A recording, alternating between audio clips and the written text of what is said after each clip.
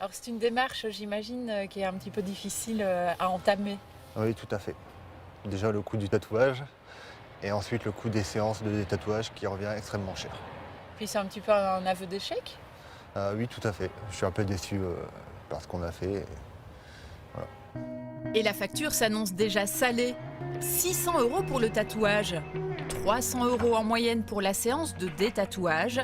Et imaginez, il lui en faudra certainement une dizaine pour tout effacer. Car le cas de Jérémy pourrait s'avérer bien difficile à traiter. Donc là, on a affaire à un ombrage, une encre ombrée. Donc ça va disparaître en premier. Et puis c'est clair que là, on a une encre tatouée en bonne quantité. Alors tout va dépendre de la friabilité de l'encre. Il arrive que ces encres-là soient d'ailleurs assez longues à retirer. D'accord.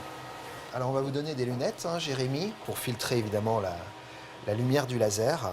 Et pour enfin se débarrasser d'un dragon très mal équilibré, selon son propriétaire. J'ai été raté à plusieurs endroits. Déjà ici, où les cailles ne correspondent pas aux autres. J'ai un premier. Ensuite au niveau du corps ici, il perd.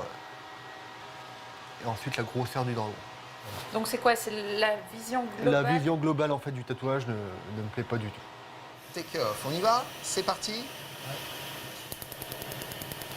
Alors, vous entendez en fait l'encre qui explose, les petits crépitements. En fait, c'est pas du tout le laser, c'est vraiment les particules d'encre qui explosent à l'intérieur du derme. Et alors, il y a une partie qui s'évacue sous forme de fumée à la surface de la peau. Et puis une partie qui va être résorbée par voie véno-lymphatique en profondeur. Donc tout blanchit en fait parce qu'en fait la poudre d'encre traverse l'épiderme à grande vitesse et donc ça fait blanchir le tatou.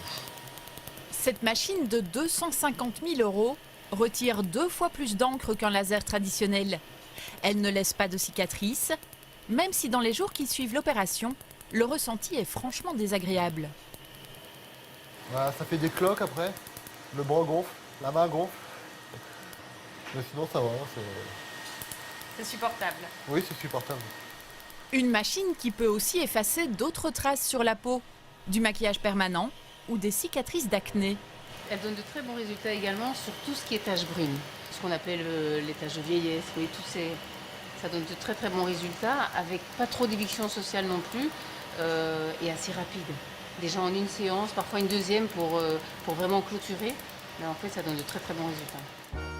Parmi les motifs les plus souvent enlevés, le prénom d'une ex-petite amie, un dessin raté, un tatou sur une zone trop exposée. Les modes changent et les goûts passent. On a énormément de motivations différentes. On a tous les sexes, tous les âges. On a parfois de très vieux tatous très moches qui ont été faits de façon artisanale il y a une trentaine d'années et les personnes qui ont porté des manches longues toute leur vie. Et aujourd'hui, ils se font des tatous et c'est vrai qu'il y a une énorme participation émotionnelle dans tout ça, quoi. Quelque part, ça leur change totalement leur vie. C'est le complexe de toute une vie parfois. Un complexe que Gianni